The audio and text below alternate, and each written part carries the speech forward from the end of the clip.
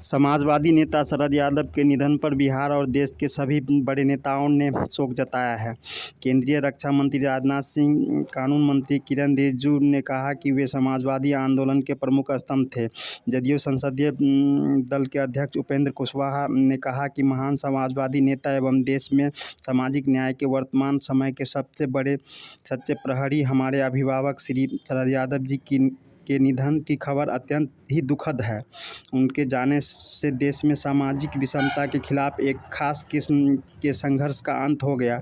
पूर्व मुख्यमंत्री जीतन राम मांझी, राष्ट्रीय राजद उपाध्यक्ष राबड़ी देवी और उदय नारायण चौधरी, प्रदेश अध्यक्ष जगदानंद सिंह, प्रदेश प्रधान महासचिव आलोक कुमार मेहता, प्रदेश प्रवक्ता चितरंजन गगन, एजाज अहमद, भाई अरुण ने भी शरद जी के निधन पर शोक प्रकट करते हुए कहा कि वो मंडल मसीहा के रूप में हमेशा याद किए जाएंगे।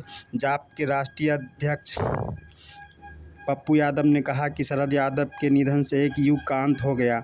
आरजेडी के नेता और बिहार के उप मुख्यमंत्री तेजस्वी यादव ने ट्वीट कर कहा शरद यादव के निधन पर दुख जताया है। उन्होंने कहा, मंडल मसीहा, राजद के वरिष्ठ नेता, महान समाजवादी नेता, मेरे अभिभावक शरद यादव के असामयिक निधन की खबर से मर्माहत हूँ, कुछ कह पाने से असमर्थ हूँ।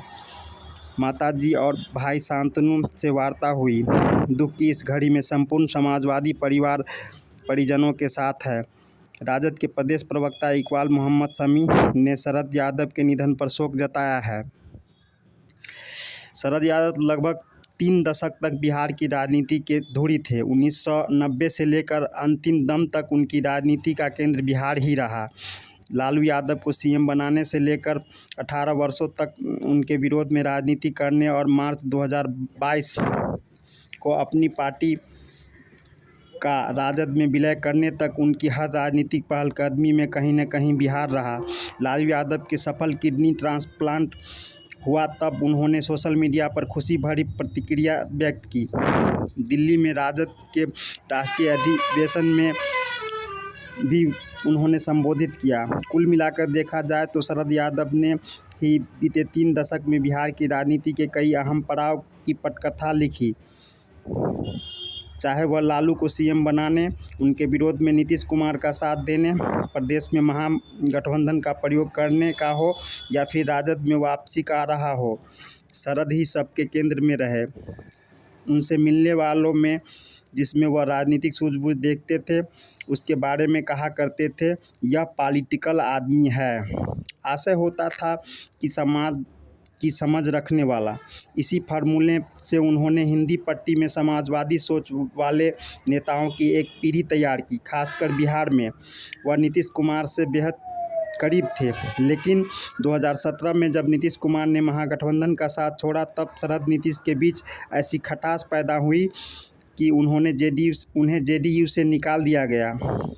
शरद ने 2019 में विपक्षी एकता को एक करने की कोशिश की, तब वह फिर लालू प्रसाद के करीब आए। उन्होंने पूरे देश में विपक्षी नेताओं के साथ साझी विरासत यात्रा शुरू की।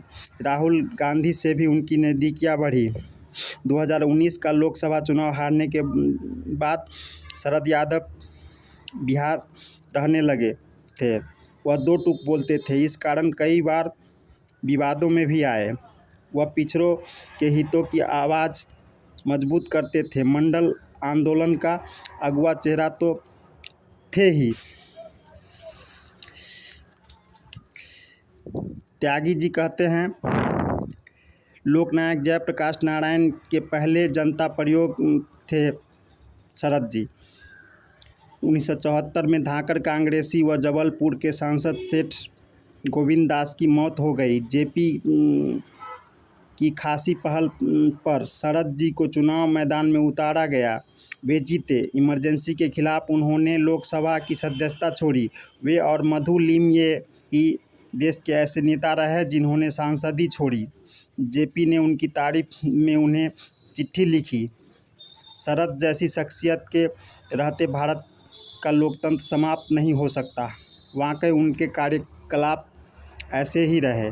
वे 19 महीने तक मीसा एक्ट के तहत जेल में रहे।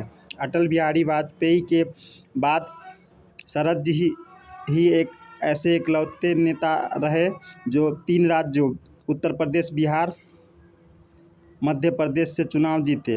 वे मधेपुरा से 4 बार सांसद रहे। उनके निधन पर केंद्रीय गृह मंत्री अमित शाह और भाजपा अध्यक्ष जेपी नड्डा और पूर्व कांग्रेस अध्यक्ष राहुल गांधी ने भी शोक व्यक्त किया है।